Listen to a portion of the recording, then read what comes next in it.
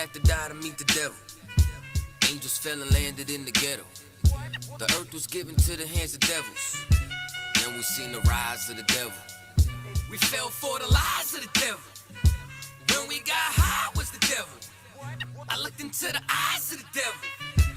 I ain't have to die to meet the devil. I remember I was only 13 when I met the demon. Gave me a deuce and a bundle of cocaine. Told me to sell to my people, make sure you keep them fiending. If any try to show you, make sure that you leave them leaking. He said, I'ma hold you down when problems pop up. how you got me moving this dope? Want me in lockup? He said, Don't you want the Benz vertible with the top cup? Yeah. Stop bitching, get in that kitchen, let it rock up. Bitches love the dope boy, especially when it's guap up. I know you know Ron. who the plug from by the block up? I'll tell you a little secret, make sure that you keep your mouth shut. Ron got a Lexus, crib in Philly and Texas. Trips to the Bahamas, just got a whip for his mama. He fucking up them commas, be honest, he seem decent though. I hear you, but I just seen Ron about a week ago. In fact, he ain't looking too good. His knees is kinda slow. I asked him why the struggle, he got stuck up for his bundle. But them 6 hollow tips in his legs what made him crumble. He got a house and mama is living good. Said the feds took it all, he right back in the hood. I see you try to play me, you gave us crack in the 80s. Made us abort our babies and making hoes out our ladies. I know you got me gravy, but Satan, you must be crazy. It's gonna take more than them cars when to amaze me. I seen niggas shoot for the stars, but being lazy. Never get their head at the clouds, so you don't faze me. I guarantee that you gon' regret it, remember I said it. Nah, you could dead it. What you saying, I can't win? Nah, devil, nice try, so until we meet again. I ain't have to die to meet the devil. Angels fell and landed in the ghetto. The earth was given to the hands of devils. Then we seen the rise of the devil. We fell for the lies of the devil. When we got high was the devil. I looked into the eyes of the devil. I ain't have to die to meet the devil. I ain't religious or superstitious, but we've been getting fucked and put to the side like a mistress. Police patrolling why? Because prison became a business. They murder one of ours and they start talking about forgiveness. We think that it's alright because we got public assistance. If this ain't hell, dog, what is this? Where was all lives mattered when they killed Osama? There was no peace talk like the Dalai Lama.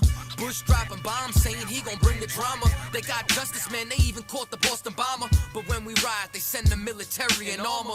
When we fight oppression, then our people die a martyr. You reap what you sow, some people call it karma. When Christ return, y'all gon' get this harvest like a farmer. Don't tell me don't bring up the past no more. They still trying to settle the score with a side of Shakur. I changed my life and I'm just trying to live life right. But at night I look behind me and see flashing lights, patting me down. You got nothing that's poking me right. I don't smoke or push pills, I gave up my vice. So Mr. Officer, why you wanna take my life? And your honor, why you gave our homeboy's life? I've been wondering why you shot our homeboy twice. Pussy with a gun screaming out that he got a knife. He came from Habibi's spot, it was chicken and rice. Shit's trife, I'm just giving visuals like Skype. Ask Trayvon, Mike Brown, a Kai Gurley, Eric Garner, Sean Bell, Philando, Alton Sterling, Jaquan McDonald.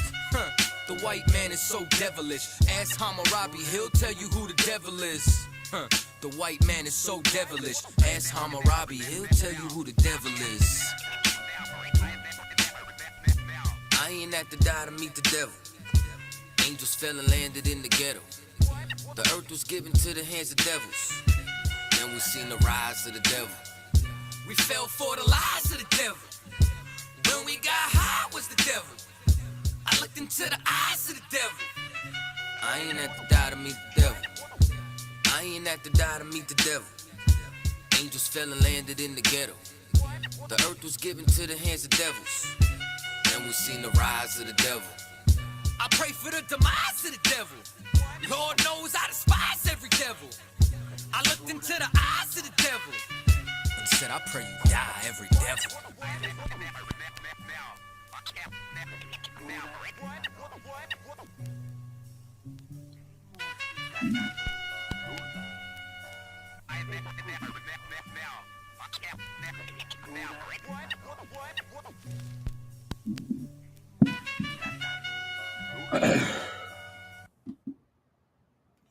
Hey, Shalom Israel, you live with the Israelite School of Universal Practical Knowledge.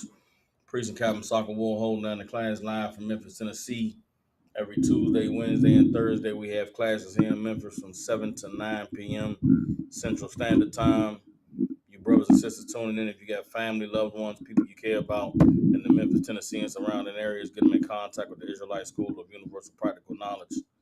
Since 1969, we have been teaching so-called blacks, Hispanics, and Native Indians the truth according to the Bible. What is the truth? The truth is that so-called blacks, Hispanics, and Native Indians descend from the greatest people that have ever walked the face of the earth. The Bible identifies us as the lost 12 tribes of the nation of Israel. And in the year 2025, there's nothing more important than for God's chosen people to learn the truth of who we are, where we come from, and what our purpose is on this earth. So what we like to do with these classes is give brothers and sisters an opportunity to go into this book called the Bible, to gain the knowledge, wisdom, and understanding that the Most High has placed inside this book, so that we can come back to being the people that He called us to be, and to reclaim our righteous place on the earth as kings, priests, princesses, and daughters of Zion. With that being said, I'd like to start the class off with questions. If any brothers or sisters online have any questions, all you gotta do is type them in. If any brothers or sisters in the classroom have any questions, all you gotta do is raise your hand, and I will call on you. Any and all questions are welcome. If there are no questions, then we're gonna go ahead and get into tonight's topic. What you see is nothing is promised. All right, nothing is promised. And the inspiration for tonight's class comes from, I'm gonna say an epiphany, but there's a reality that has been setting in for me for quite some time, being in the truth, but having come in contact, with a lot more people that are in the world. Really, I don't know, the last few years. And it's a thing that people have in the world that I haven't really understood ever, especially not since I've come into the truth. And it's sort of like a sense of entitlement. It's a sense of being owed something, or just knowing that something is going to happen because of you think about it so much, or because you believe in it so much. And there's a lot of lies and propaganda that's being pushed on God's people that is causing us to believe in the delusion, causing us to live a life that is not worthy of the blessings and the mercies and the promises that God made to His people.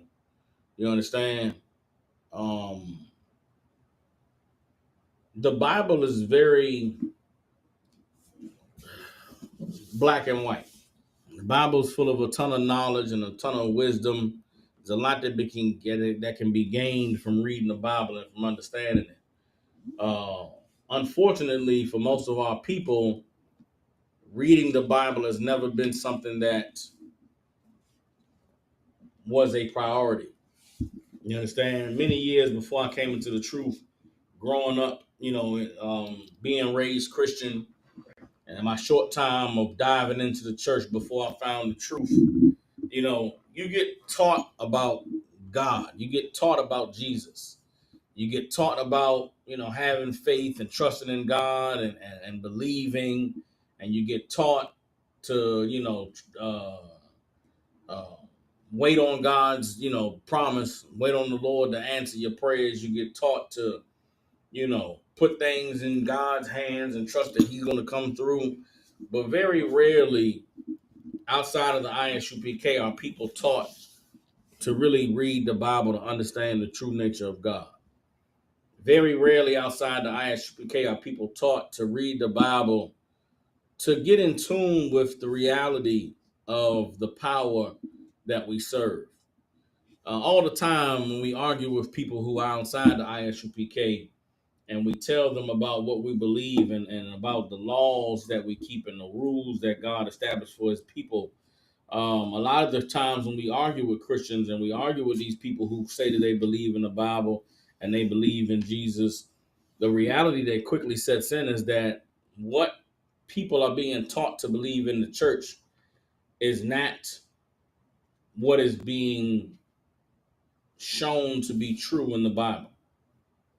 The God of the Bible and the God of Christianity are not the same God.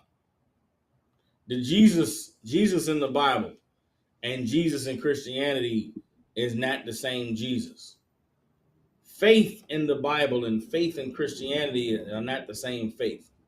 Salvation in the Bible and salvation in Christianity are not the same salvation. The promises of God in the Bible and the promises of God in Christianity are not the same promises. And you can take that and apply it to every religion, every belief system that is out there on the earth. The God of the Bible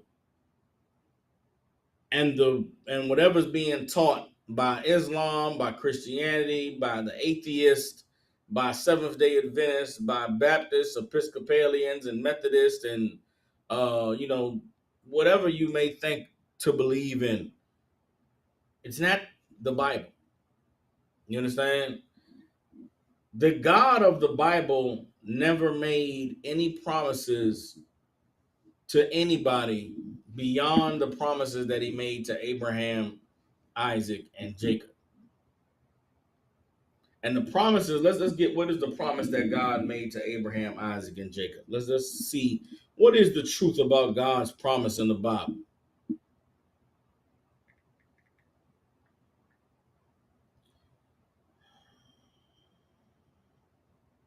Let's get it.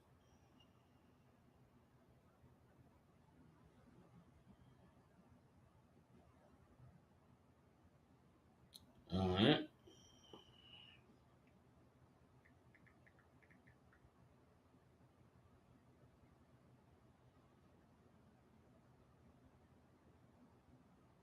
All right, let's get Genesis chapter 17. Let's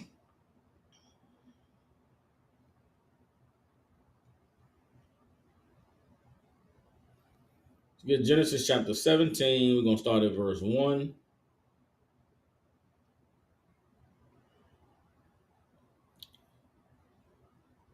And let's read on.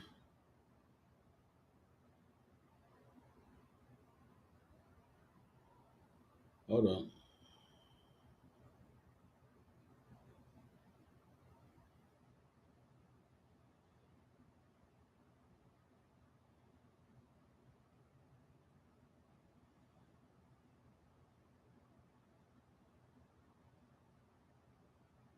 And I want to read the whole Genesis 17th chapter.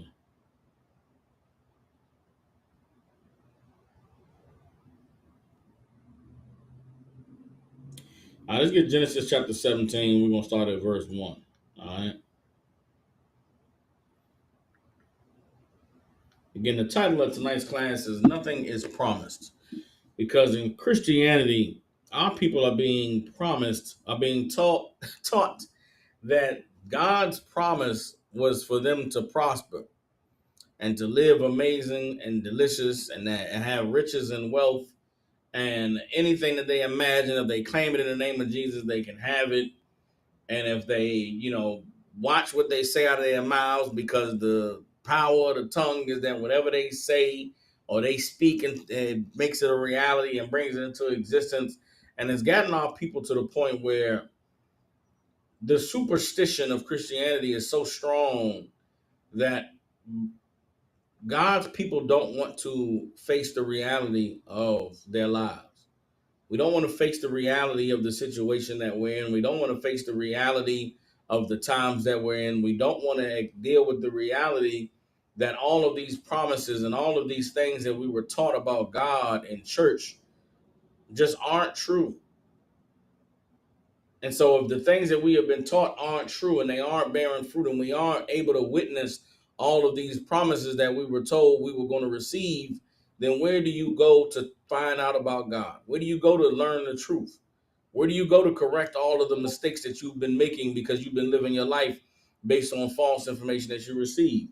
You got to get into the Bible, man. You got to open the Bible up and read it and find out, what does it actually say about God? What does it actually say about the promises? What does it actually say about how I'm supposed to be living my life? What should my expectations from life be? If I do the best that I can and become the best person that I possibly can be, what is the reward that I can expect to receive? There's nowhere in the Bible where it says that if you obey God and serve Him, that riches and wealth are going to fall abundantly out of the sky. There's nowhere in the Bible that is promised that if you a woman and you just pray hard and you work hard, that God is going to send you a man and he'll love you and only you and take care of you and your children that you had with another man. There's no promise in the Bible that if you come into the truth and you serve God and obey him, that he's going to give you 2 and 3 wives and they won't argue with you and they won't fight. And you'll just have wonderful sex with beautiful women and live a peaceful life.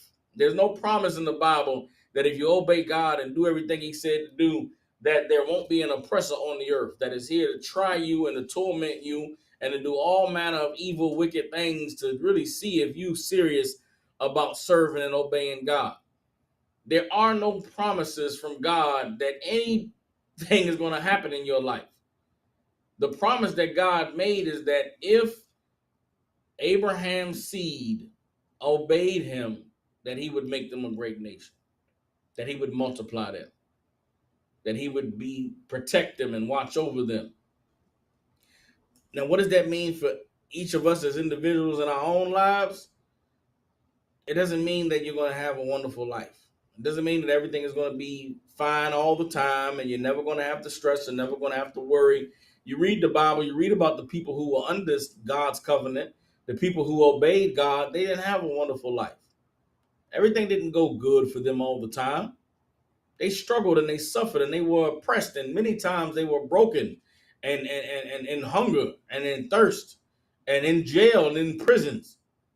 But it was their trust and their standing on God's covenant and obeying his word that caused them to get deliverance, that caused them to be at peace. And right now we have all of the conditions of the suffering and the plagues and the punishments from God with none of the comfort and none of the peace, because we don't even have the knowledge that the way that we get ourselves right in the midst of our dark times is by obeying God. Genesis chapter 17, verse 1.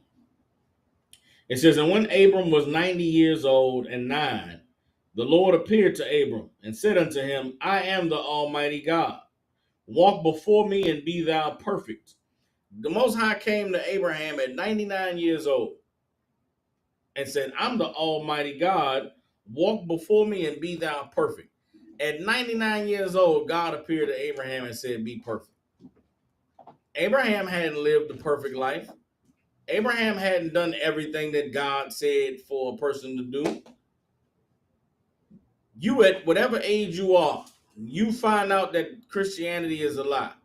You find out that all the things you was taught in church weren't true. And you find out that all the things your grandma believed and your mother believed and the way that you were raised, those things aren't real according to the Bible. You shouldn't be so prideful as to reject God. You shouldn't be so prideful as to say, well, to hell with, because you find out your religion is a lie, you just say to hell with God. You throw God away and throw the Bible away. You'll never even face the correction that you need, because when your belief in Christianity is destroyed, you'll throw the Bible away too. The Lord came to Abraham after he lived a long life on the earth. And the Lord said to Abraham, walk before me and be thou perfect. Let me keep reading. Verse 2, and I will make my covenant between me and thee, and will multiply thee exceedingly. And Abraham fell on his face, and God talked with him, saying, as for me, behold, my covenant is with thee, and thou shalt be a father of many nations. Neither shalt thou name any more be called Abram, but thy name shall be Abraham, for a father of many nations have I made thee. And I will make thee exceeding fruitful, and I will make nations of thee, and kings shall come out of thee. And I will establish my covenant between me and thee and thy seed after thee, in their generations, for an everlasting covenant, to be a God unto thee and to thy seed after thee. Everybody understands? God said to Abraham, I'm going to make you the father of many nations. And I'm going to bless your children, and they're going to be blessed, and I'm going to be their God, and I'm going to make kings come out of you. I'm going to make nations come out of you. Nowhere in this covenant that God made with Abraham did God say you would never suffer. There would never be any pain. There would never be any heartache. There would never be any stress. That every day is going to be a wonderful day. That you're going to get all the riches and the wealth and all the money in the world, and you're never going to have any problems and nothing to worry about. That prosperity doctrine that they've been teaching in the church is a lie, man. And it has nothing to do with God and his promise and his covenant.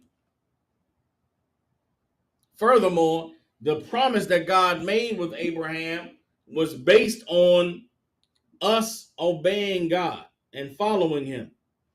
You understand? A covenant is an agreement made between two parties. In order for there to be an agreement between two parties, both sides have to agree to do something. God said to Abraham, I'm going to make you fruitful, the father of many nations, and I'm going to multiply you, and I'm going to bless you and your seed that comes after you. What later on did God come to the seed of Abraham and tell them that they had to do?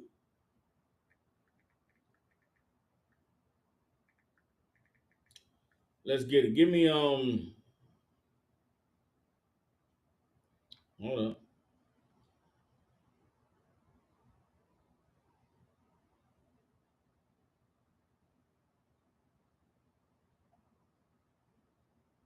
Hold up.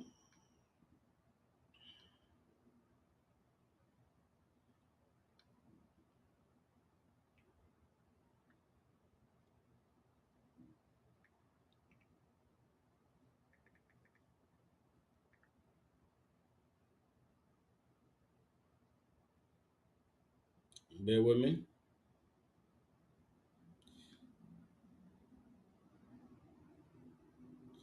Give me Exodus chapter 6.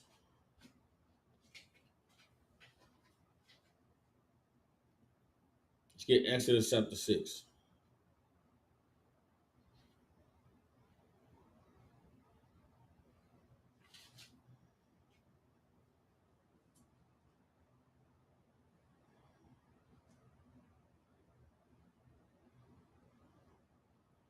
Get Exodus chapter 6. We're going to start at verse 2. Exodus chapter 6, starting at verse 2.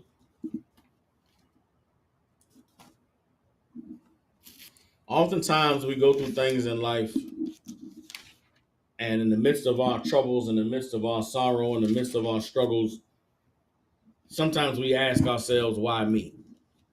And we get so down on ourselves, and life can be hard, man. Life is not easy. It's not written anywhere that life would be easy and that you were going to have it, everything was going to be smooth sailing. It's not written anywhere that life is fair, or that everything is balanced, or that things are always going to be on the good side. Life, the reality of life is life is short and evil. That's what the Bible says. Life is short and full of evil. All you can pray for is that the Lord will lead and guide you through this short and evil life. Guide you into resisting temptation, guide you into fleeing evil, guide you into being freed from the oppression that so many succumb to. But there is no promise that life would be anything other than what it is, which is an opportunity for you to prove your loyalty and your dedication and your service to the Most High, who has given you life. Anything beyond that, Lord be with you. But that is not what that reality is not what is being expounded in church. That reality is not what is being taught to our children. And if we don't teach it to our children, then they won't be able to teach it to their children. And right now, the failure of church in the black community is there is a present generation of black people who are fully entitled and believe that they are owed something that they are not.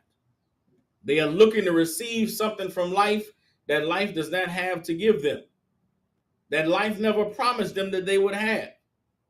And it is because of the failures of religion that our people don't know the truth about God, don't know the truth about life, and don't know the truth about the nature of the struggle of life.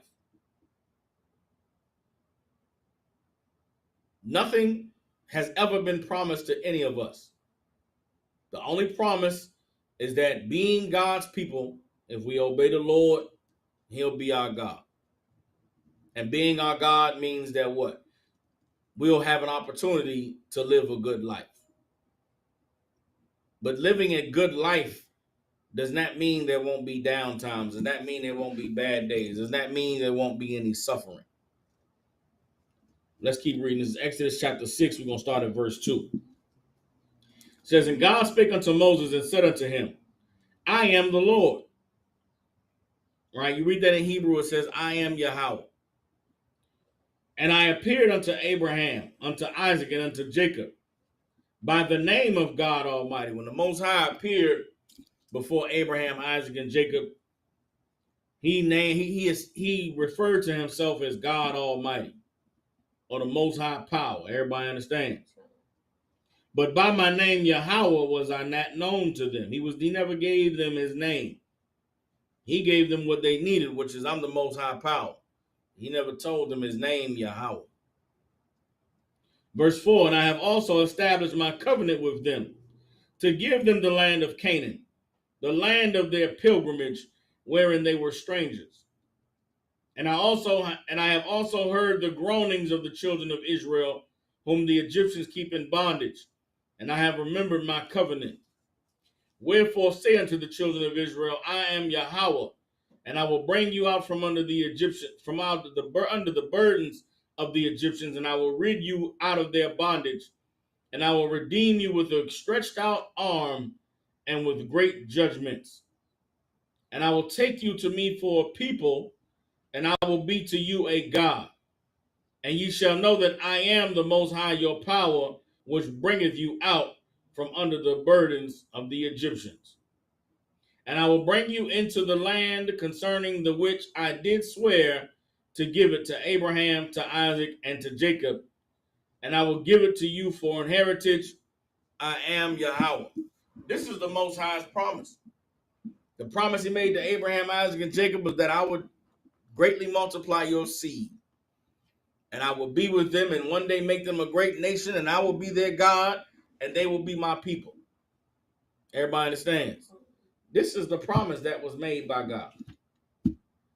Nowhere else in the Bible, New Testament, Old Testament, are you going to find any promises from God pertaining to your personal life, pertaining to you never having to suffer, pertaining to life being fair and equal, pertaining to nothing bad ever happening. That reality just isn't in the Bible.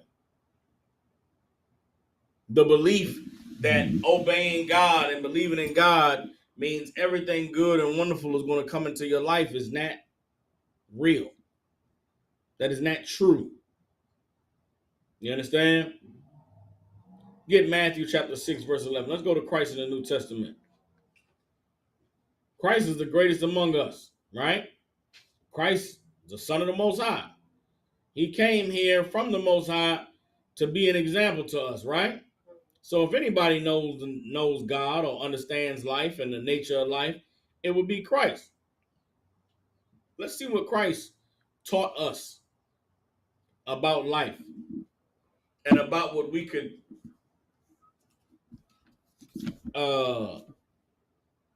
learn to expect out of life.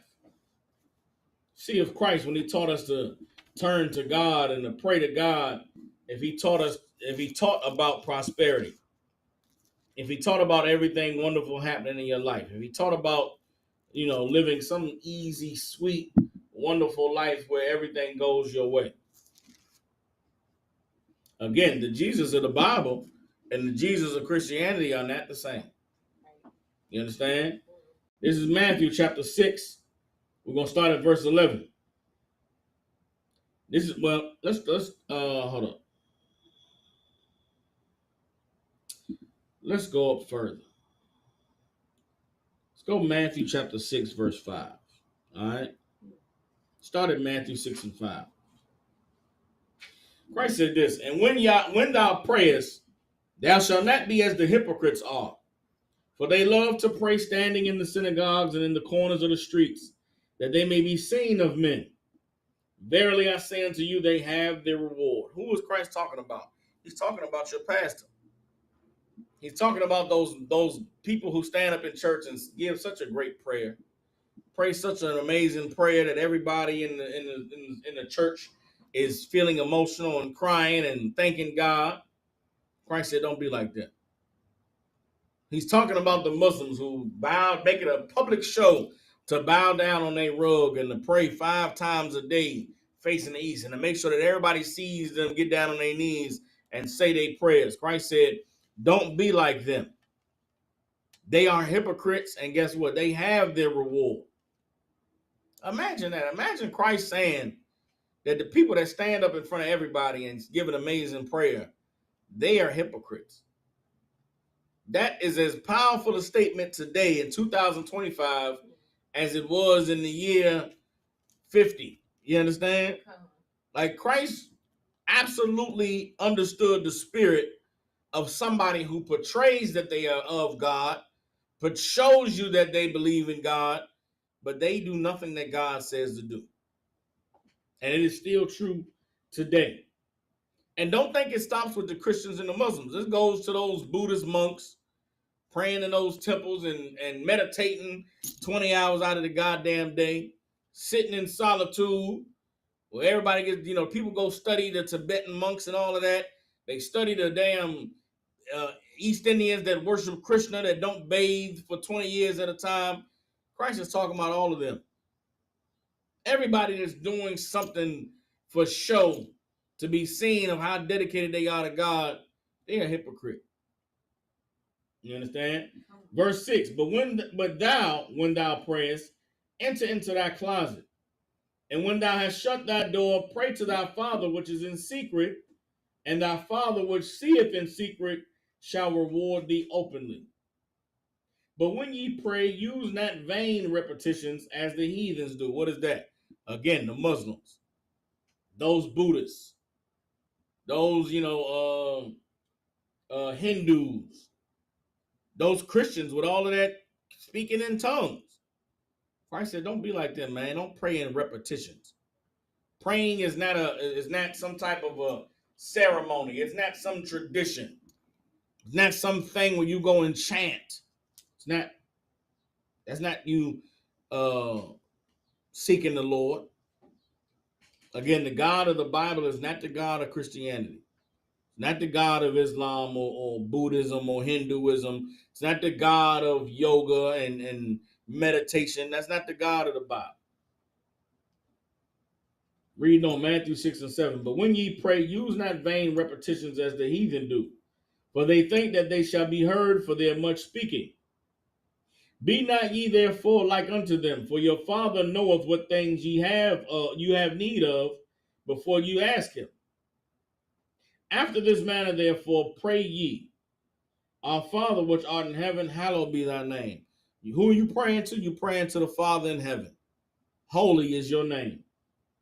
Thy kingdom come, thy will be done in earth as it is in heaven. That's what we're asking for. We're asking for God's will to be done on earth, the same way that God's will is done up there in heaven. Verse 11, give us this day our daily bread.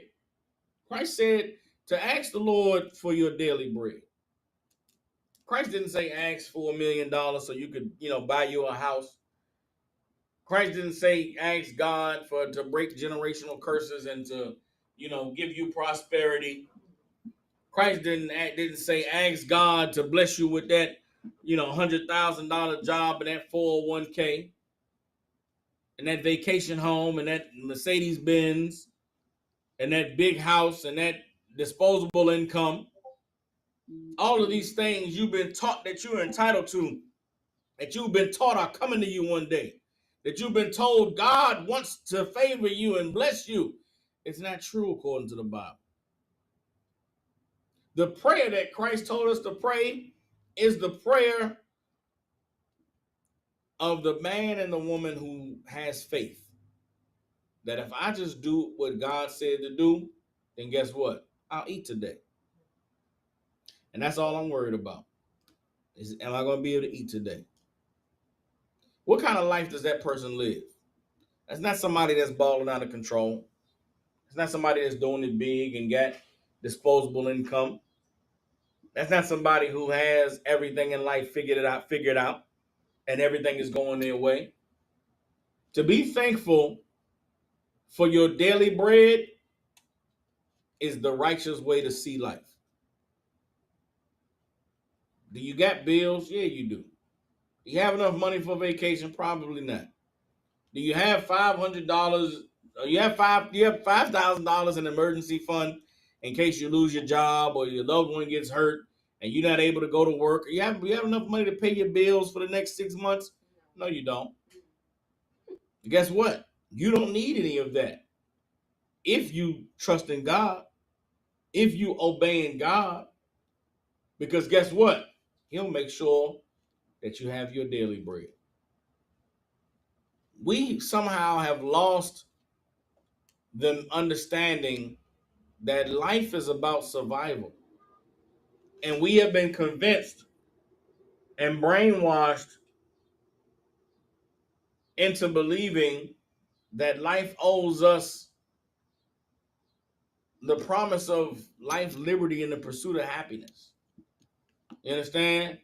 That we are entitled to the American dream and to living our best life. Where are you getting that from? You're not getting it from the God of the Bible. That is not the promise that Jesus gave to anybody. We're reading here, Christ said, give us our daily bread. That's what you should be asking of God. What else should you be asking of God? Forgive us our debts as we forgive our debtors. Some of you out there hate the shit out of somebody who did something bad to you in your life. You holding on to anger and hatred. You hate your parents. You hate your brothers and sisters. You hate your cousins. You hate your ex-boyfriend. You hate your baby daddy. You hate your baby mama. You hate, you're full of hate and anger and resentment. And you won't let it go. Well, then guess what? God can't let all the things you've done to make him upset go. You don't want to forgive those who have hurt you and despised you and used you deceitfully. Well, guess what? God can't forgive you. You have to learn to accept that there are things in life that happen that are not fair. That there are things in life that happen that you wish you could take back. That there are things in life that happen that you have to deal with the consequences of. To be mad and to be full of anger and to never forgive, you put yourself in the position of God never being able to forgive you. And if God is not able to forgive you for your debts because you won't forgive those who are indebted to you, then you constantly going to always in life be on God's bad side. And if you're on the Lord's bad side, then how can he bless you? How can he give you all the promises and the easy life that you're seeking? You'll never have an easy life. You'll never be at peace. You'll never be able to have rest. Why? Because you have not forgiven those who have trespassed against you. And because of it, God is not going to forgive you. Everybody understand? Matthew 6 and 13. And lead us not into temptation, but deliver us from evil. You understand? You ask God to lead you not into temptation. Did Christ say ask that you never face temptation? Did he say that temptation would never exist? Did he say that if you obey God, temptation won't even be a reality to you? No, he said you just ask God to lead us not into temptation, but deliver us from evil. Now, you might find yourself in the midst of temptation. You might find yourself running into temptation. You're going to be mad at God. You're going to say that God is wrong. You're going to say that life ain't fair. You're going to be mad at the temptation. You're going to be mad at the thing tempting you when you slip and fall. Or you're going to pray that the Lord will deliver you from evil. Life, when you break it down to the very, very simplest terms, which Christ does in the Lord's Prayer, is life is something that you have to live one day at a time. And in that day, all you can ask for is that the Lord will give you your daily bread, that you will not be led into temptation, that you will be delivered from evil, and that you are forgiven for the wrongs that you've done, the same way you forgive those who have done wrong to you. That's life. Everything else outside of that, it's not promised. It's not guaranteed. You got a good job, you're able to pay your bills and take care of your kids, Most High in Christ. If something changes in your life to where that's not the case tomorrow, guess what? Don't be mad at God.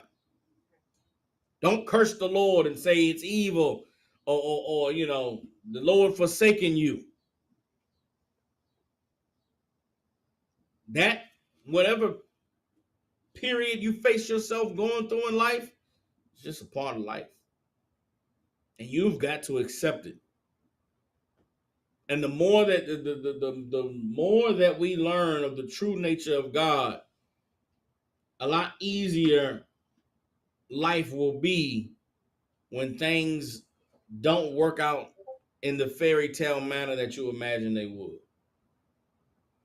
At one point, we were all children, and we had a dream, and we had a fantasy, and we had an idea of what our life was going to be like when we got older.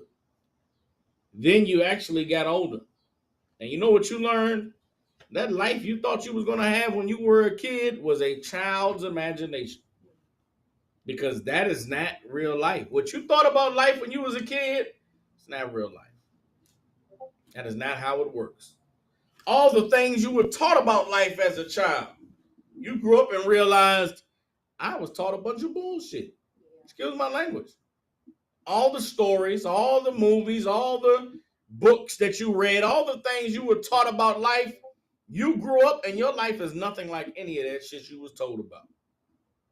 And you know what? One day you wake up and it hurts. And it's hard. And you say, damn, I wish somebody would have told me about real life. Right. I wish somebody would have told me about the world and how it actually is. That's what we do in the ISUPK every day. The job of the men of God is to prepare God's people for the reality of life. The reality of life is nothing is promised. You get out what you put in. Your responsibility and your duty is to obey the Lord, to do what he said to do. And in return, he'll bless you. But there's no specifications on what that blessing looks like. There's no guarantee that blessing doesn't come with pain, that blessing doesn't come with temptation, that blessing doesn't come with a trial, that it doesn't come with pain, that it doesn't come with hurting. Who are you to think that God owes you a perfect life?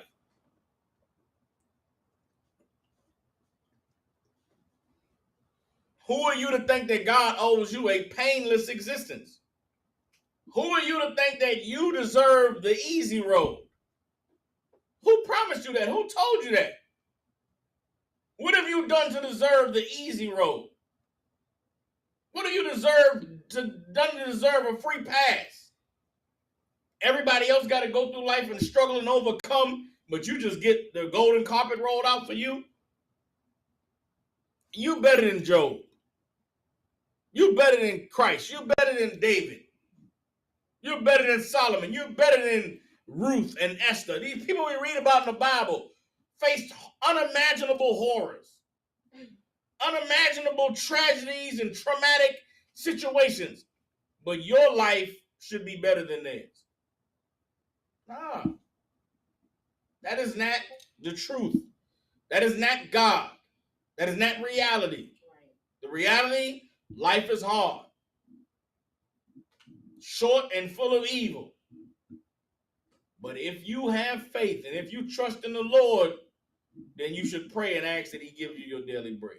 You should pray and ask that he forgive you your debts as you forgive your debtors. You should pray and ask that he lead you not into temptation and deliver you from evil. And then from there on, accept whatever comes your way.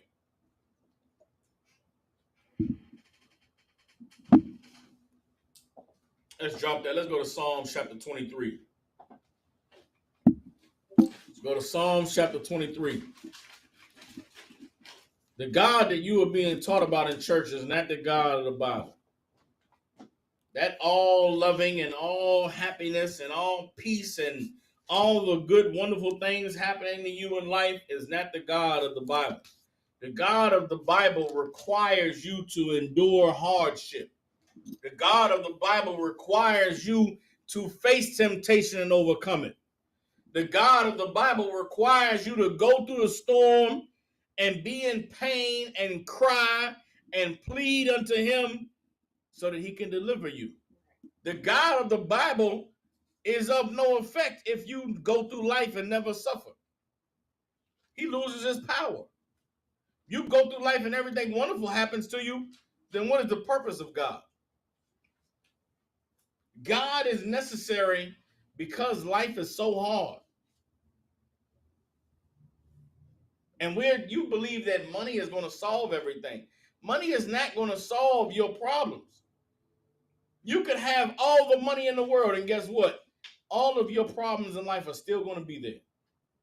They'll just be there with bills paid. You suffer with a lack of motivation, you can get all the money in the world. It's not going to motivate you. You suffer from being fulfilled in life, you can have all the money in the world, and guess what? You still won't be fulfilled. Your health declining. You can have all the money in the world. Guess what? Money is not going to fix your health. Money is not going to get you on that diet. You can have all the money in the world. Pay for a fitness coach and then give you a diet. If you don't follow the diet, you ain't going to lose weight. You'll just be paying somebody to tell you what to eat, and you'll never lose weight. The lie of Christianity is that all you got to do is pray that God will give you some more money and everything will work out fine. That is not true. It's not what the Bible says. Christians love to quote Psalm chapter 23. It is a psalm of David. The Lord is my shepherd, right? Let's go down to verse 4. Here's what people don't understand and don't want to accept about all of the prayers and the songs and all the thanks of God, the testimonies of triumph that exist in the Bible. Everybody who ever triumphed in the Bible faced unimaginable, horrible conditions. Their triumph was matched by the desperateness of their situation. How can you expect to be able to champion God for blessing you and being there for you in your life, and you never have to go through the suffering, never have to go through the unimaginable horror? It's just not realistic. You understand? And some of us are living in that horror now. And all you can think of is getting money to help make it better. That is not what is going to lift you out of your condition. Obeying God and doing what he said to do is the only thing that can lift you out of that condition. And obeying God and doing what he said to do does not mean you'll be rich.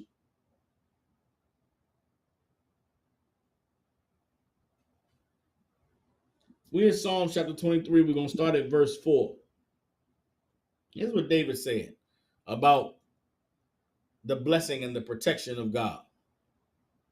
He says, "Yea, though I walk through the valley of the shadow of death, I will fear no evil. For thou art with me, thy rod and thy staff, they comfort me." You understand? Now, David, because he had faith, guess what? He was not afraid. David, because he had faith, he was comforted by God's rod and by God's staff. But why did David need to be comforted? Why did God need to have a rod and a staff to comfort David? Why did David need to not be afraid because God was with him? Because David was walking through the valley of the shadow of death. The valley of the shadow of death is like, if you ever seen The Lion King, the valley of the shadow of death was like the elephant graveyard that Simba was in after his dad died. That's the valley of the shadow of death, meaning what? You are in a dark place and all around you, people are dying. That is life in America. That is life here in Memphis, Tennessee. It's life in Mobile, Alabama, and Birmingham, Alabama, Baltimore, Maryland, Philadelphia, Pennsylvania, Newark, Delaware, Los Angeles, California, Riverside, California, Inglewood, California, Baton Rouge, Louisiana, New Orleans, Louisiana, Houston, Texas. Give me some more places. Phoenix, Arizona, Little Rock, Arkansas, Denver, Colorado, West Palm Beach, Florida, Pittsburgh, Pennsylvania. Give me some more. New York City, New York, San Francisco, California, Oakland, California, Washington, D.C., Spokane, Washington. Where where you from? Fort Wayne, Indiana. You understand? That is the valley of the shadow of death. All around you, people dying, overdoses, getting shot, police killing them, going to jail, getting robbed, getting set up, baby mama drama, all types of horrible, niggas getting deported left and right, ICE snatching people up, making them disappear. You are walking through the valley of the shadow of death. That's life. Guess what? God can be on your side, though. You can not be afraid of the evil. You can be comforted even though you're in the valley of the shadow of death. And what else can take place in the valley of the shadow of death? Let's keep reading. Verse 5, thou prepared a table before me in the presence of mine enemies. Thou anointest my head with oil, my cup runneth over. That can happen in the valley of the shadow of death. That the Lord could prepare a table before you in the presence of your enemies. There are people that hate you and want to use you, want to take advantage of you. See that you good-spirited, good-hearted. And they want the worst for you.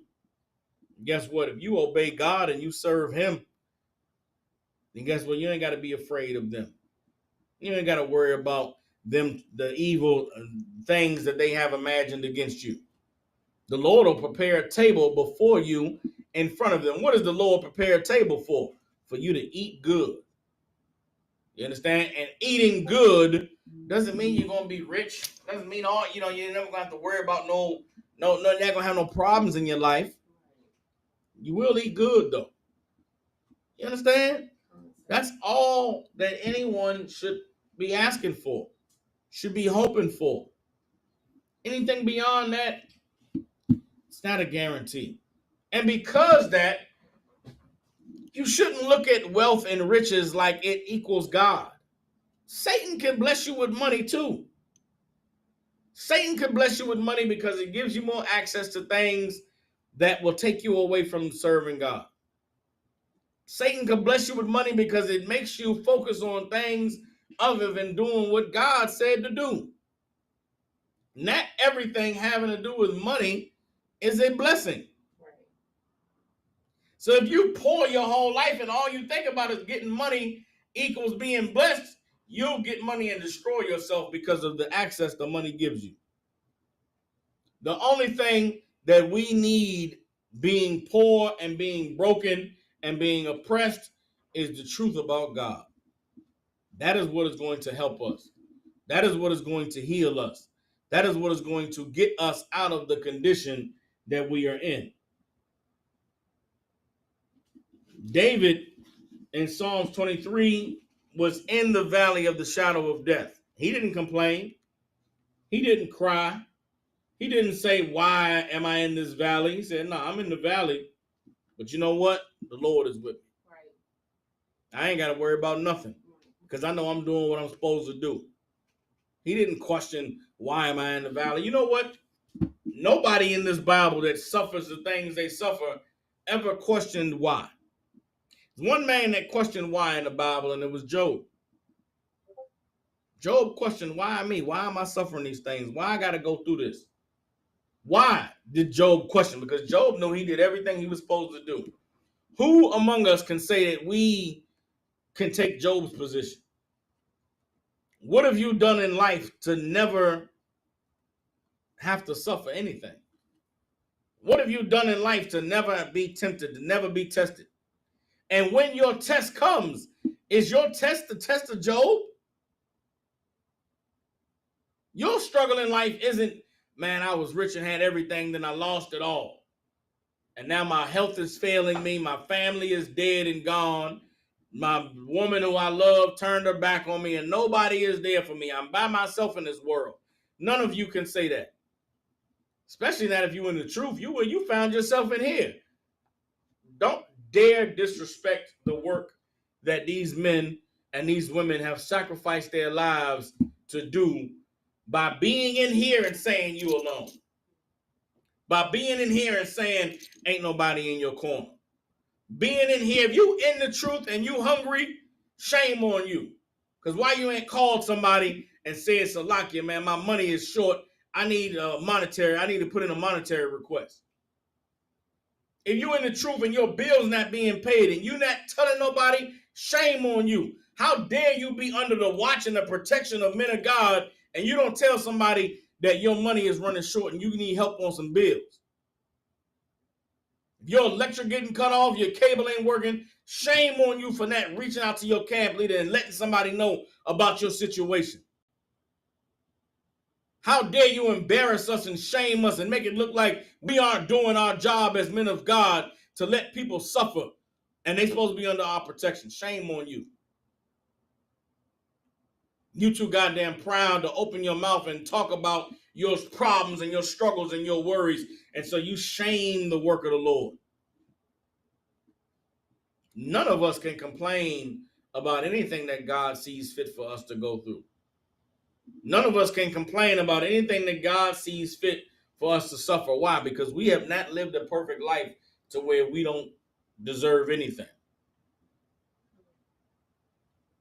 The fact that you don't have the struggles of Job is a blessing. You should count yourself blessed. The fact that you do have family and people who love you and care about you, you could pick up the phone and make one call and any problems you have can be addressed. Doesn't mean it's going to happen overnight, but guess what? You can get put on the path towards solving your problems, towards fixing what is plaguing you. You're not Job. So whatever you suffer in life, you should suffer it manfully. You should suffer it like a good soldier. You should endure it one day at a time, praying that the Lord will give you your daily bread. You understand? Drop that. Let me get let's go ahead to Job. Let's get Job chapter 42.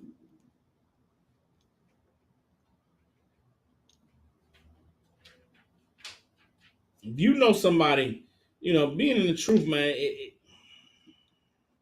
I'm gonna get another scripture after this, after we get Job.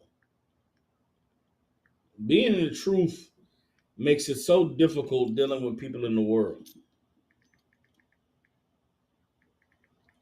Because being in the truth, your perspective changes so much that the audacity and the pride and the entitlement of someone in the world, it can really anger you. And it can shock you that there are people who really believe that they are owed something out of life, that they are entitled to something that you ask them, who told you that you would receive that? The question doesn't even register to them. Never in a million years. There are people who never in a million years have imagined that they're not going to be rich one day. There are people that never have imagined that, in their life that they would not live the fairy tale happily ever after life. You know what I'm saying? There are people who believe that one day everything is going to be perfect and fine. And all of their dreams are going to be come to reality, and all their prayers are going to be answered perfectly the way that they envision them being answered. And it's like, who told you that? Where are you getting it from that you're promised this or you deserve that? And the delusion that many of our people are under comes from them just not knowing anything about the true nature of God or the true nature of life as it is poured out, over thousands of examples in this Bible. Let's go ahead and get Job chapter 42. Again, Job was a man that was perfect, that did everything the Lord said to do. And Job was tempted. And Job did suffer. And Job did question his suffering. Job did say, why me? Job did challenge the idea that nobody was above being tempted. Nobody was above suffering. Nobody was above going through difficulty in life. And in the end, when Job realized that the only way to deal with what he was facing in life was to accept God's will for him, was he able to find peace. You understand? The brother Yaquam says, Salaki, sir, they even seem as if they deserve to never go through anything at all that brings uneasiness. You're absolutely right, Op. There are people who think that life, that they believe in their heart of hearts that one day life will bring no problems. Life will just be wonderful and fantastic. That day is never going to come. Even if tomorrow Christ returns and we go into the kingdom of heaven and we're living in the kingdom of heaven, don't you know niggas still gonna have to do work? Right. Still gonna be a job. The men who are rulers gonna have to rule in the kingdom of heaven. You know what ruling looks like? Ruling looks like getting up at 5 a.m. and reporting to your office or where your ruling takes place. And then guess what? You got to talk to people and deal with people and give orders and critique records and look at who did what they were supposed to do, who didn't do what they were supposed to do. You got to give judgment and pass rulings and give out punishments and promote people to higher positions. All of that is work, my nigga. Guess what? While you're working, you're not at home with your family. Some of you brothers think in the kingdom of heaven, you're going to have 10 wives, right? Okay, you got 10 wives. There's 24 hours in a day, my nigga. You're not going to have sex with all 10 of them women in that day. And you got to go to work, and you got to rule, and you're going to be a father, and you're going to have kids. What do you think life is going to be? Magic? Who going to raise your kids if you got 10 wives, and you got to rule, and you got 24 hours in a day, bro? While you're not having sex with all 10 wives every day, how are they going to feel while they not having sex with you? They don't get to see you. Oh, you women out there, you think that there are women right now who believe that God has a man that is reserved for them and only them. And that man is going to come in their life and going to love them, and he'll never love another woman.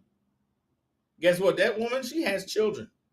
This man who's going to want her and only her is also going to desire to be the father of her children and going to raise her children and be there, and they're going to live a wonderful, happily ever after life.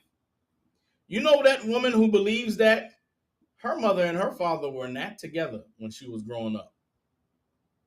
Her sister does not have a man, and she has 2 children by 2 different men. Her brother is a womanizer. He's not married, settled down. He just has a bunch of chicks. The woman who thinks that one man is going to present himself into her life and love her and only her and never be with no other woman, she does not know any man like that on the planet that exists. None of the men in her life, none of the men in the women's lives that she knows is that man. But somehow, some way, that man is out there somewhere, and God is going to bring him to her. And if God does not bring that man to her, if that man does not exist, if that man is a figment of her imagination, you know what she says? I'll just be single the rest of my life. But you know what that woman does not say? She doesn't say, I just won't ever have sex again. I just won't ever date. I just won't ever be interested in a man. No, she says, I'll just be single. Which means what? There's no man that is good enough for me to commit to being in a relationship with because all these men want to have other women. So I'll just be the woman that has sex with men, but no strings attached, no commitment, no relationship, because no man wants to have me and only me. That is delusion. That is insanity. That is craziness. There's a brother out there. He has a woman. Been with this woman and she loves him. She's down with him and she cooks for him and cleans and she's a good woman. She might have gained a little bit of weight. You know, she don't dress the same way she did when they first got together. She maybe had a couple kids, you know what I'm saying? She don't really take care of herself like she used to do. She don't do all the fun, freaky things that she did when they first got together. And that brother says to himself, man, I wish I had another woman. He doesn't like the woman he got because sometimes she nags about the bills being paid late, about him helping around the house, about him doing more to, help her with the kids. And all these things this man doesn't like about this woman. He thinks to himself, man, if only God had blessed me with another woman. He's on the internet, dating, swiping right on profiles. He going out, hanging out, talking to women and meeting women. He's on Facebook in the DMs saying shalom to sisters. And all he can think is, man, things would be so much better if I just had me another woman. You know what that man does not say to himself? He never says to himself, the problems I'm having with this one woman are going to be double once I get another wife. If I can't manage keeping this one woman happy, if I can't manage being satisfied with this one woman, if I can't manage getting my life in order and being a father to my children and a husband to my woman and a priest to the people of God and doing my job and my duties and my responsibility, handling the slavery and the little bit of money I got to manage my bills, and if you can't do that with one woman, somehow in your mind, having two women is going to be easier. Because God said a man can have more than one woman. Brother, you are playing yourself. You are out of your mind. Yes, God said a man can have more than one woman. Are you entitled to that, though? Have you earned that? Have you deserved it? What accomplishments do you have on display to say, yeah, I could be a man of two women, of three women. I could love them and lead them and talk to them and guide them and make sure that they have everything they need. And I could work my slavery and pay my bills. And I could be a father to my children. And I could fulfill my duties and responsibilities as a priest of God. Yeah, I can do all those things at the same time. Nigga, do you know how much work that is? Do you know how much stress that is? How much trouble that is? There's no days off. You can't call out from being a husband. You can't call out from being a father. You can't be too tired to be a priest of the Lord. But God said man can have more than one woman. So you run it up. You are delusional. You are out of your mind. You're not entitled to it. It's not a promise. That's why you never have it. That's why it doesn't work out for you. Now, if it does work out for you, Most High in Christ, if you are deserving of it, then you will have it.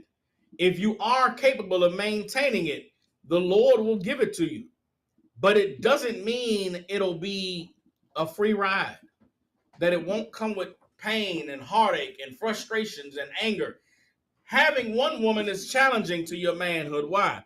Because if you got a good woman, she's going to require you to be better. If you have a good woman, the man you are today is not going to be good enough 2 years from now. Why? Because in those 2 years, she's going to grow closer to you and learn more about you. And she's going to see that you can be more, that you can do better. And guess what? You're going to have to give her more. You're going to have to do better. And if you don't, she's going to challenge you.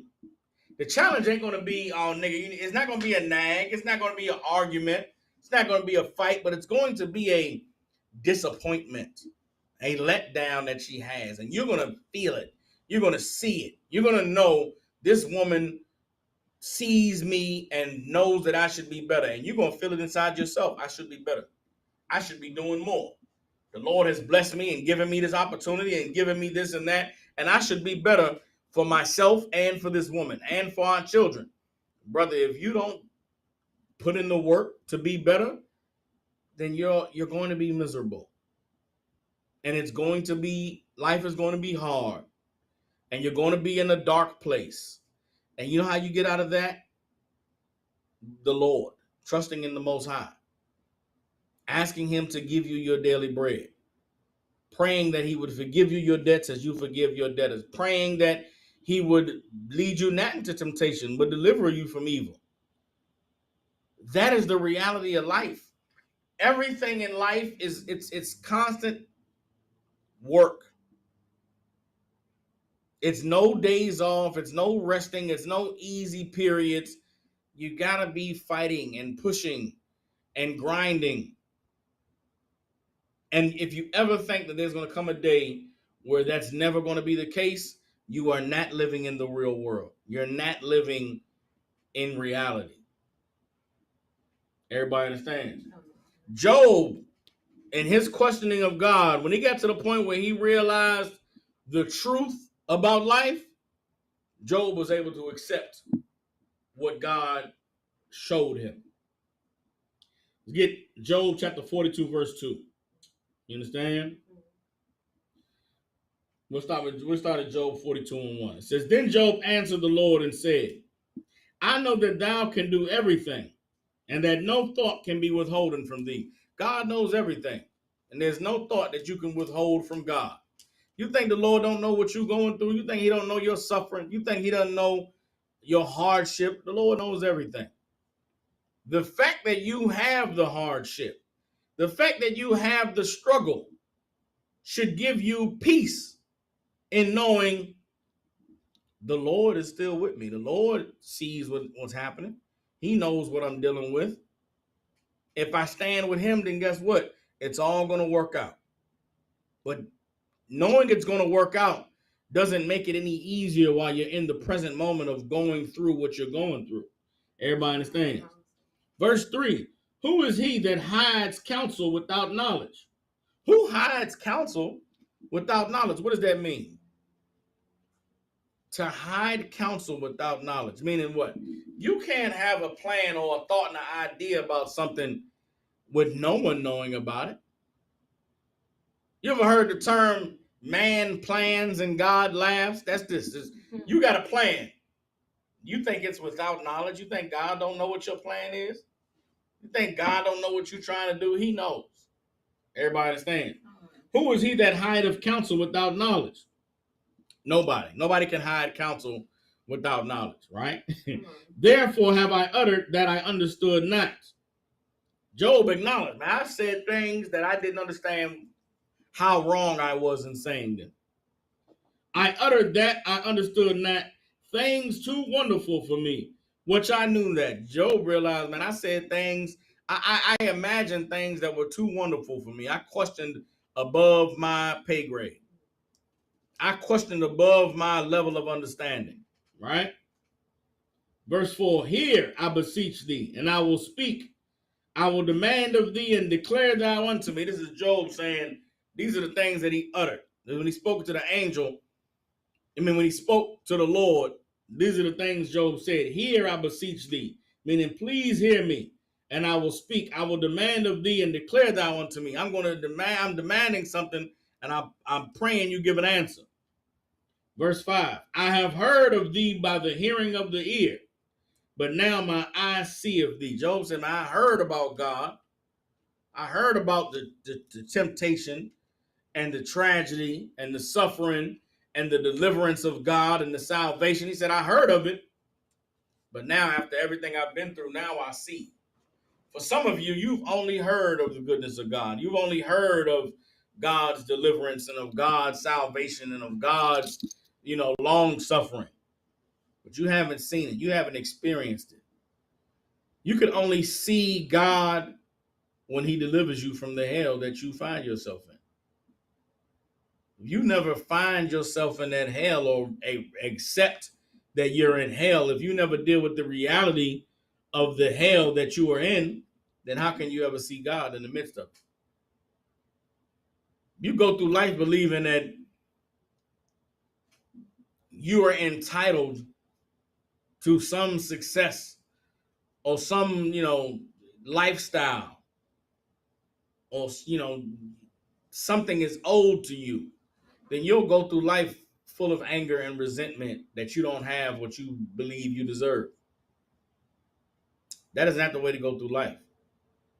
The way to go through life is to be thankful for what you have, to be appreciative of what God has given you, to be appreciative of having and being able to endure and suffer and go through the things you've gone through. If you're constantly looking at life based on what you don't have, as opposed to being thankful for what you do have, then you'll never be able to receive God. Because rather than being thankful for the small blessings, you'll ignore that and say, God ain't real because he ain't giving me what I asked for. And if you think about your life and people who you know, there are some people who absolutely live their life angry at the world because of what they don't have, rather than being thankful to God for what they do. Everybody understands? The only way to truly see God is to be thankful for the things that you have, not to be angry and mad about the things that you don't. Christians who believe in prosperity are always angry about the things they don't have, which is why they constantly want more. There is no blessing that is a blessing enough. There is no amount of money that is money enough. There is no level of living that is good enough, because they always want more. They deserve better. They got one house, they deserve two. They got two houses, they deserve four. They got enough money for one vacation, they should have enough money for three. That is the consumptuous lifestyle of someone who doesn't recognize the blessing of God. The blessings they have are not enough, which is why they got to go and get more. Job said he heard of God, but now he sees him in the midst of everything having been taken away from him. In the midst of losing everything, losing his health, but still having his life, Job was able to see the Lord is with me. The Lord is real, because I've suffered all these things, and guess what? I still have my life. Job chapter 42, verse 6. Wherefore I abhor myself and repent in dust and ashes. Job said, man, I realized how wrong I was for questioning the Lord. And in the midst of all of my suffering, I heard about God before this. I thought I had faith. I thought I believed in the Lord. But now after going through all of this, man, I see God. I see his power. I see his authority. And I see that whatever he sees fit for me to have to endure, then God is righteous. Because in everything I've suffered, God has never left my side. Job said, I abhor myself because I questioned God. I abhor myself because I doubted God. I abhor myself because I thought I was above any suffering. And I repent in ashes, meaning I repent in sadness because of the audacity and the pride I had to question God. And it was this statement, this realization that Job had, that made the Lord restore everything that Job had lost. Job overcame his test in the day that he acknowledged, I was wrong for questioning God, man. I should have never opened my mouth and said, why me? Rather, I should have accepted that the Lord's will be done in my life and be thankful that I still had my life. We cannot be any different. We cannot go through life expecting for everything to always go our way, for everything to always be peaceful and wonderful, and for us to always be happy. That is just not reality. It's just not how life works. Man, woman, child, whatever tribe you're from, wherever you're living, there is no promise from God that life is going to be easy. You understand? Let's drop that. Let me get Hold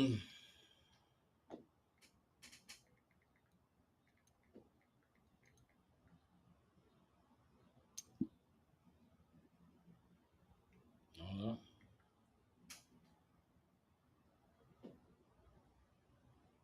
Let's get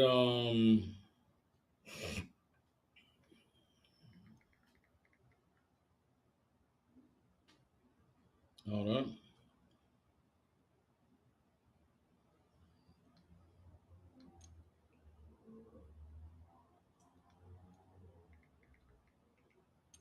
Bear with me, hold on.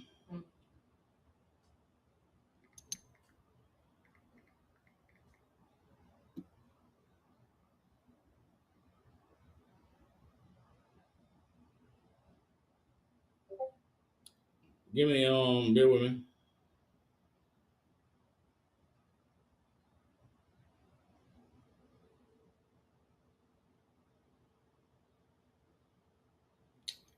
Hold on.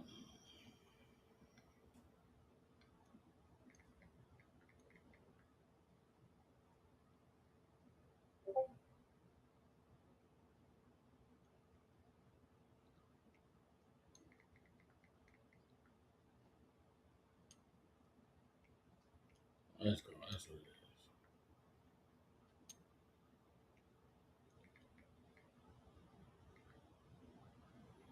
Give me Job chapter 14, verse 1. Let's get Job chapter 14, verse 1.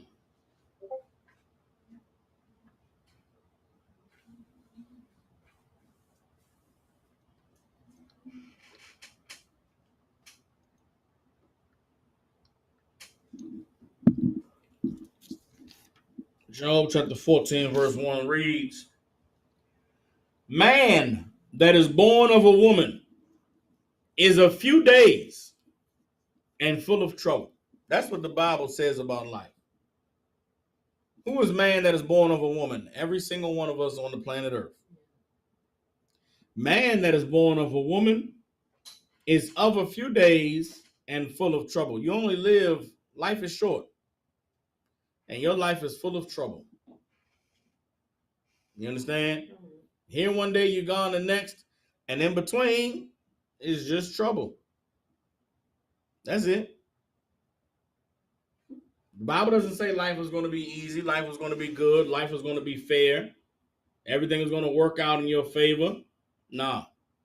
The Bible says exactly the opposite. And understanding this and knowing this, what should you do? You should pray and ask the Lord to give you your daily bread, to forgive you for your debts as you forgive your debtors, to be with you and comfort you as you walk through the valley of the shadow of death. So, like you said, you was gonna say something? Nah, Salaki Cap, let's just decide. Can this be a cut to women who be like, yeah, we create life or we give life. Men don't do nothing. Can this be a cut to them who say that? Absolutely. Okay, it could be a That's cut. all I was just. No, yeah, it could be a cut to them because, okay, life is amazing. Right. Hell, we're alive. Yeah. It's amazing, right? Right. But that's it. That's amazing about it. Is that you're alive. Yeah. Everything else in life is hard. None of us are living the life that we want. We're living the life that we have to live. You go to that job, you don't want that fucking job. Excuse my language. You hate that job. It's so much of a hassle and a headache. It's so many hours out of the day. It takes you away from the things you want to do, but you have to do it. Why? Because you have bills that have to be paid. You got rent and you got electricity and you got stuff you want to do. None of that gets accomplished if you don't work. That's everybody on the earth, on the planet. Now, okay, when I say everybody on the earth, I'm speaking of God's people. I don't know what the life of a heathen is like. I don't know what their life is. I don't know how fulfilled they are.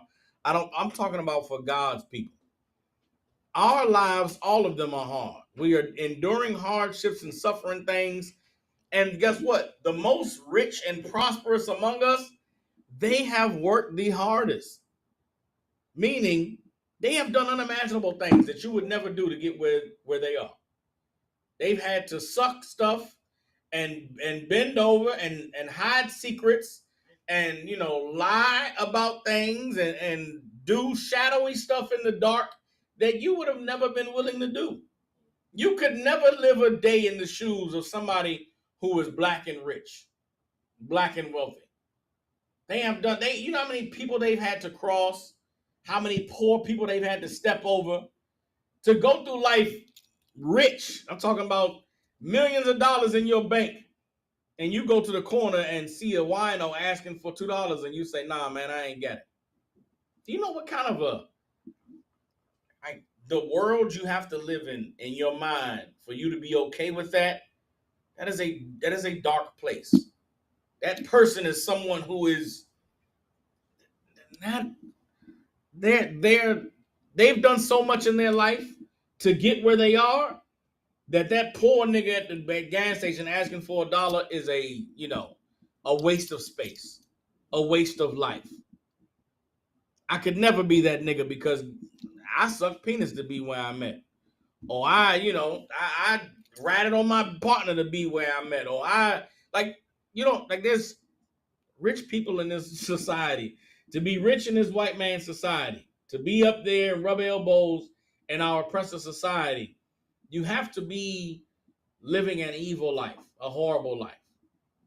Because there's things you have to do and that you have to suffer in order to be accepted by those people who are the people who you rub elbows with. To be accepted by them, you got to be one of them. So in order to be one of them, you have to be as cruel and evil and wicked as they are. And to be as cruel and evil and wicked as they are, you have to partake in the things that they partake in. I'm not saying everybody that's rich this ain't no Illuminati thing. I'm not saying they all evil and they drinking children's blood and they, taking oaths to serve Satan. No, but they are in Black Greek fraternities. You understand? They do go to church every Sunday. They do, participate in they do hang out with their buddies from work outside of work. They do cut backroom deals and they learn how to deal in the oppressor's business thinking way of life. And it is a dog eat dog world that they live in. And it is cruelty and you got to be cutthroat. And it's just business. It's not personal. You look at people, look at anybody that's black and super famous. There's some people in their life that they've crossed. There's some people who they had to leave behind in the dust. There's some people who they had to grow to be better than so that they wouldn't hold them back anymore. You know who doesn't have that story or can't relate to that? Somebody who's in the truth. There's brothers and sisters that are in the truth and they're rich, and guess what they never did? Turn their back on the truth. They didn't turn their back on the Lord to get where they are. They didn't turn their back on the Lord to be able to have the wealth and the success that they've experienced. Guess what? There's brothers and sisters in the truth that are poor, living check to check, barely getting by, having just enough to get their daily bread. And guess what? They aren't turning their back on the Lord. They aren't forsaking life for a better opportunity. No, they're standing with the Lord and they're enduring and they're getting what they deserve. To be someone who is rich and wealthy and doesn't have a care in the world, the pain and the heartache and the hardship that they have to endure, it's not fit for us. You understand what I'm saying? That's why the rich basketball player who makes generational money to set his family up for success, his son is a homosexual. His daughter is a whore. His wife is cheating on him. He's having an affair with men behind closed doors, and their life is absolutely miserable. But you know what? They rich, though. They got that money. There's no, there is no easy way. There is no golden ticket. There is no free ride in life. And there is no promise that life is not going to be hard. That is a lie that has been taught to us by religion, by Christianity, by the pastors who peddle the delusion and the lies of our oppressor. You understand? Let's drop Job chapter 14, verse 1. Let me get 1 Timothy chapter 6, verse 7. 1 Timothy chapter 6, verse 7.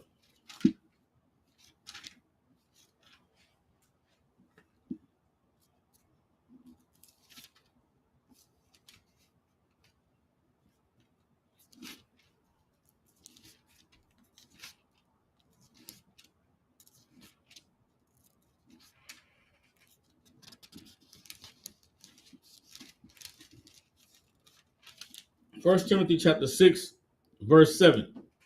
No, 1 Timothy chapter 6, verse 6. Well, no, Timothy chapter 6, verse 7. We brought nothing into this world, and it is certain we can carry nothing out. That's a statement in and of itself. You in your life miserable because of the things that you don't have, not accepting or realizing that you came in this world with nothing.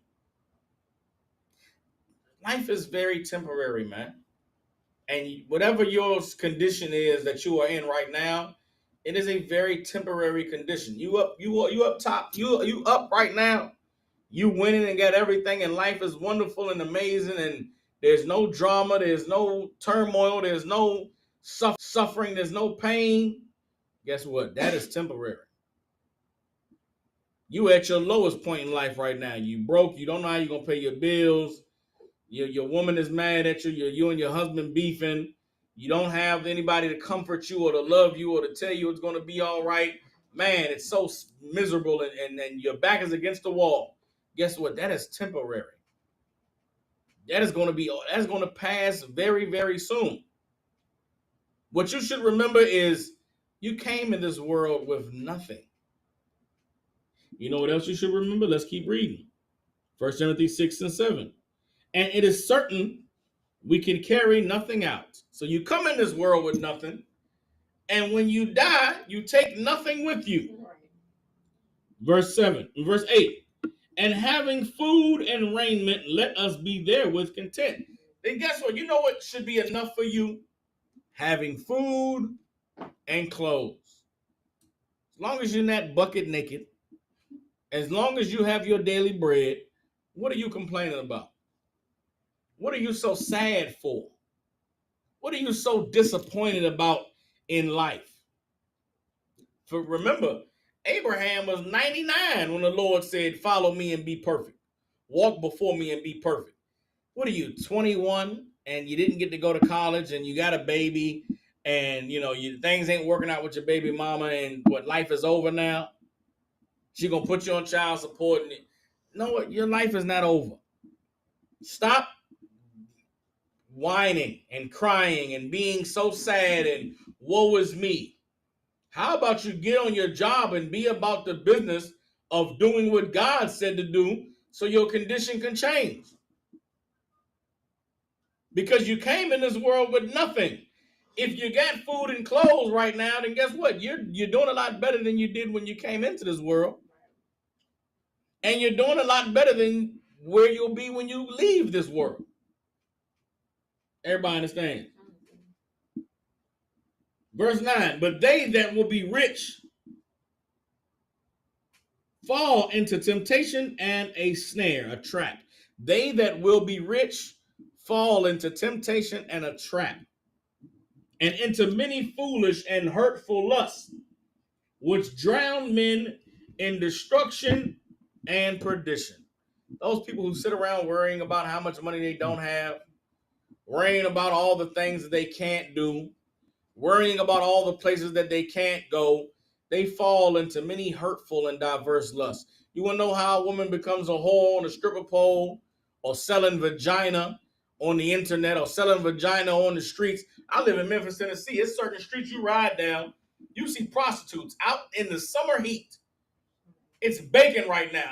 There's a place I can go and watch women with their full butt cheeks out, getting in and out of cars, doing sexual favors to strange men, and you say to yourself, how did they get there? For the love of for the because they want to be rich. They don't want to work that 9 to 5 job. That's too hard to get, living check to check. To work a warehouse job and get paid once a week. Nah, I'm getting that fast money. I'm getting that good money. I want to live like the bitches on the videos. I want to buy me a bag and do this and do that. That's why they sell them vagina, because they fall into many diverse and hurtful lusts. You understand? There's a man that he wants to be a pimp. He a pimp. He the reason why them women out there selling vagina. He in their ear telling them, yeah, baby, just stick with me. We're going to do this and we're going to do that. And you say to yourself, how did this man become so low down that he lives his life day by day, lying and abusing and gaming women up to get them to sell their body so that he can have a little bit of money to do what? Ride on some rims or live out of a hotel or go city to city to events so that he could, make some money to eat steak and go to the club because he wants to be rich. He's fallen into many diverse and hurtful lusts. You understand? There's a brother that's selling drugs. He out there, he's taking a drive, 5 hours away, meeting someone down by the border, and he's taking $20,000 and he's buying a key of raw powder cocaine. And he's deathly afraid of getting caught because he get caught, he's going to jail forever. And he rides that car back, scared the whole time, anxious every time a car get behind him. He gets back home and then he got to take that cocaine and cut it up and cook it and turn it into crack, and he chopping it up and he's trying to find somebody to buy it. And he's doing all of this while he's trying to take that 20,000 and turn it into 70,000. But think of all of the trouble and all of the hardship and all of the anxiety and all of the evil that he has to suffer in order to just try to get that 20,000 to turn into 70,000. Because he wants to be rich, he's fallen into temptation and a trap and many foolish and hurtful lusts. There is a way of life that is going to cause you to suffer. And it is the way of life of not being thankful of what you have, not being appreciative of what God has given you, but rather looking beyond that and chasing after what you feel you deserve. Chasing after what you feel you are entitled to or what you are owed. And the Bible says you will fall into temptation and a snare and into many foolish and hurtful lusts, which drown men in destruction and perdition. You understand? Verse 10, for the love of money is the root of all evil. The Bible doesn't say money is the root of all evil. There's nothing wrong with having money. Nothing wrong with being a high earner. There are skills and abilities that you can acquire that will get you some money. I was young. God blessed me to get into an apprenticeship and become an electrician. At any time in my life, even right now, the one eye, if I needed to, I could go be an electrician. And I could make enough money to take care of my family. I could make enough money to be able to feed my daughter and put clothes on my back. And I would be content with that. You understand? Nobody could say, oh, look at him. He paying all his bill. He living a good life. He must be evil. No. There's nothing wrong with money. But it is the love of money. It is the desire of money. It is the need of more money than what you need. It's a want of more money than what you need that causes you to do things that go against God to get it. And when you love money more than you love the Lord, then you will do whatever you have to do to get the money, and you won't do what you have to do to get God. Everybody understand? For the love of money is the root of all evil, which while some coveted after, they have erred from the faith and pierced themselves through with many sorrows. I've known men in the truth who left the truth to get money. So many brothers that I knew who the Lord was with, they was in the truth. had conversations about some business or some career path or some desire that they was chasing to be successful. But man, I can't do this and be in the truth. It'll hurt my business relationships. It'll hurt my ability to be able to get money. It'll hurt my ability to conduct business if I reveal that I'm in the truth and I serve the Lord and I'm in the ISUPK. And I never understood why you had to leave the truth to work this job. You can't be priest and officer so and so and be your slave name on your job. How does what you do serving the Lord affect your job as a consultant for this law firm? Why can't you do both? The oppressor gets to be Jewish and work at his job. What is him to be Jewish mean? It comes with a lot of biases and a lot of views towards other people that are absolutely damaging. How can you be a lawyer and Jewish and lawyer for black people? That's a conflict of interest. Guess what? Somehow they're able to do it. You see, they able to do it, but you in your mind can't, I can't be an Israelite and work this government job. Nigga, why not? What about the government says you can't believe in God? You're just looking for a reason not to serve the Lord. You're looking for a reason to choose money over the Lord. Here's what these brothers and sisters know. They know they can't do both. They know they cannot work this corporate job in this evil world, doing deals and passing, doing deals and advancing a program that goes against the well-being of the poor and the needy. You understand? In order for them to be able to have wealth. So they sacrifice.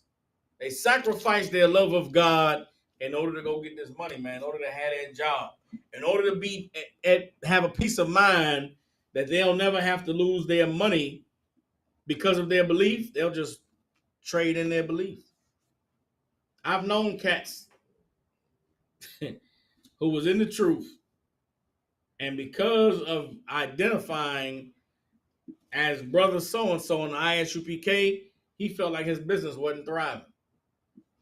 And so a deal came up the deal was on the table for him to make, $150,000 or something like that. He was getting some kind of contract. And he said in order for him to get this contract, he was going to have to leave the school. And that brother left the school. And he got that contract. And he got that money. And he got him a wife and kids. And he's living a wonderful, good life in the world. I still see the brother on Facebook from time to time. But I know that inside of himself, he had to be okay with putting the love of money above his love of God. And that is just something that I was never willing to do. I would have rather been broken poor my whole life and obeyed God than to have turned my back on the truth so that I could live a good, wonderful, delicious life. And I think about brothers like him now with everything going on in the world. How does he feel knowing that the world that he traded in God for is being destroyed now? It's falling apart. It's society, the government, everything that's happening right now. You need God more now than at any other time ever in the history of humanity. If you don't know God, then what do you put your trust in? What do you hang your hat on? If you're somebody that's been chasing the American dream, you look out now at the landscape and you look at the economy and the tariffs and the trade wars and the falling value of the dollar. How do you have peace and sleep good knowing this place is falling apart? You have to believe that it's not falling apart. You have to believe that everything is going to be all right and everything is going to work out. And I live the American dream, and I'm a God-fearing American, and I'm a citizen, and I got my papers and the 14th Amendment. Like, you got to believe in the lie of America if you don't believe in the truth of God. And religion is designed to teach you that the lie of America is something you can put your hopes and your trust in. God is showing us every day that lie is not is that the reality of our lives is that we believe a lie. And God is doing it because he wants you to turn to him and accept the truth about life and the truth about this world and the reality about who you are and the reality about your life. The reality is that life is not easy. Nothing is promised to us. The only promise is that God said that if we obeyed him and kept his commandments, that he would be our people. I mean, that we would be his people. And that he would watch over us and protect us and he would multiply us. But God did not promise that we would never have a bad day. God did not promise that everything in life was always going to be all right. God did not promise that we would not face temptations and face hardships or face oppression. And so now in the midst of it, we should not be complaining about what it is that we're going through. Everybody understands? It's Ecclesiastes chapter 1, verse 18. And understanding this makes it so that when you encounter people in the world, you can have compassion on them. Because being somebody who knows the truth and knows the Lord, talking to somebody in the world who is having their expectations shattered by the reality of life can make it hard for you to pity them, hard for you to feel bad for them. There's so many people that I talk to and I encounter, and they have an expectation out of life that is so set in a lie and a delusion that to argue with them and fight with them over the truth is just too much. I got too much going on in my life to argue and fight with you over why none of this shit that you think you deserve is ever gonna come your way. God didn't put us here to shatter everybody's, dream of their life. When you encounter somebody who has an expectation out of life that you know isn't realistic, you ain't gotta argue with them. You ain't gotta fight with them. You ain't gotta tell them. You'll never get that. There's a lot of women I talk to and I meet, and they say they want a man to be only with them and them alone, and they man gonna come in their life and take care of them and they 3 children and raise their 3 children and be their father, and he ain't never gonna have eyes for another woman, and he ain't never gonna be with anybody but them. I don't even argue with that sister and say that nigga does not exist, bitch. You never gonna get him in life. I just say, okay, Most High Christ. Well, I pray the Lord delivers that man, and then I disappear from that woman's life and never talk to her again. There's brothers who believe that they're gonna be a millionaire one day and they're gonna make it big rapping or making beats or working at McDonald's. They're gonna be the manager one day and they're gonna start their own company and have their own business and they're gonna make $1 million. I don't say you don't have the work ethic. You don't even have the drive or the focus or the discipline to do any of that shit. I just say, okay, Most High Christ. Well, Lord be with you, man. You gotta make a plan and man, Lord up, maybe it'll happen. But for every one of those people that I encounter, there is a sadness and a grief that I have to suffer in my chest because, Lord, please, when they find out the reality of life and what their real expectations should be, I just pray that you're with them so that they don't crash out. You understand? Ecclesiastes chapter 1, verse 18. Says, for in much wisdom is much grief, and he that increases knowledge increases sorrow. You understand? In much wisdom is much grief. Why? Because the more that I learn about life and the more that I learn about what it takes to make it in this world, the more I realize that a lot of our people aren't going to make it. A lot of our people will never turn to God and never obey God because the God of the Bible is not the God that they were taught about in Christianity. And when they hear the truth about God, they reject it. Because hell no, there's no way I'm going to live a life where prosperity isn't promised to me. There's no way I'm going to live a life and believe in a God that doesn't do everything that I ask him to do when I ask him to do it, because that's the God that I was taught about in Christianity. And I feel sorry for those people because the more wisdom I gain, the more I realize that so many of our people will never accept God. You understand? As I increase in knowledge, the more I learn, the more I experience in life, the more I go through my own struggles and my own difficulties, keeping it together and managing my life. I think of all the people who live in that la la land of everything is going to be all right and everything is going to work out. And one day I'm going to have everything that I asked for. And I say, man, I thank the Lord that he delivered me from that lie when he did.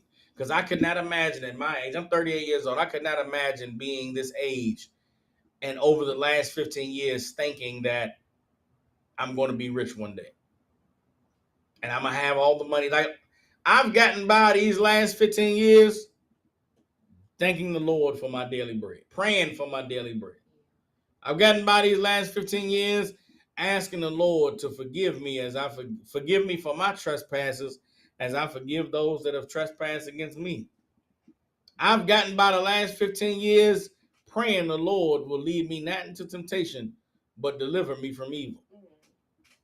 And when you live your life that way, whatever you receive, good or bad, you'll be able to manage it because you know and trust that the Lord is with me. The reality of my life is I'm in the shadow of the valley of the shadow of death. But you know what? I don't fear the evil because the Lord is with me. There are some people who don't want to realize they're in the valley of the shadow of death. There's some people that don't realize that they are in a world full of evil. There are some people that don't realize that they are living in a life and living in a world where none of the shit that they are praying for is going to come their way because none of that shit they're praying for is promised to them. Excuse my language. And when the reality sets in for them that everything they've believed is a lie, everything they've prayed for is never going to come their way, everything that they think they're entitled to or they deserve is never going to manifest itself, that is going to be a hard day for a lot of people. And I pray that on that day the Lord be with them. For those of us who know the Lord and who know the truth, accept that nothing is promised to you except that if you obey the Lord and serve him, that he would be our God and we would be his people and he would multiply us and he would protect us and watch over us. That is a very broad promise. And it doesn't dwindle down to every day of your life being a good day, to everything in your life working out the way that you expect it to, and you being entitled to receiving all of the things that you desire in your heart.